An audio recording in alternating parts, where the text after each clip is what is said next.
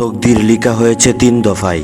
এক, আসমান জমিন সৃষ্টি করার 50 বছর আগে আল্লাহ তাআলা তকদিরে সবকিছু লিখে রেখেছেন। আপনি কোন জিনিসটা পাবেন, কোন জিনিসটা পাবেন না, সবকিছুই আল্লাহ তাআলা 50 বছর আগেই লিখে রেখেছেন। যেটা আপনার না, আপনার তকদিরে নাই, সেটা আপনি যতই চেষ্টা করেন না কেন কোনো সময় পাবেন না।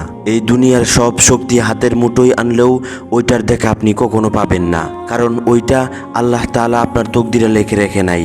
আমরা অনেকেই আছি কোনো মেয়ের মায়ে পড়ে জীবনটা বিলিয়ে দেই, তাকে পাওয়ার জন্য দিনের পর দিন আমরা পরিশ্রম করে থাকি। না ভাই, যেটা আপনার তকদিরে নাই সেটা আপনি যতই চেষ্টা করেন না কেন আপনি ওইটার দেখা কখনো পাবেন না।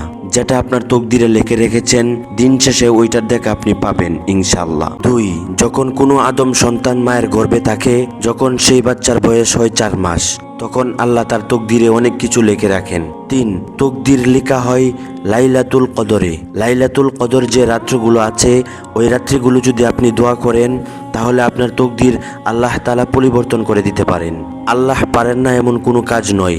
আল্লাহর কাছে যদি আপনি মন প্রাণ দিল দিয়ে, মন উজাড় করে, ভালোবাসা দিয়ে আল্লাহর কাছে আপনি চাইতে পারেন, আল্লাহ তাআলা আপনার তকদির পরিবর্তন করে দিবেন ইনশাআল্লাহ।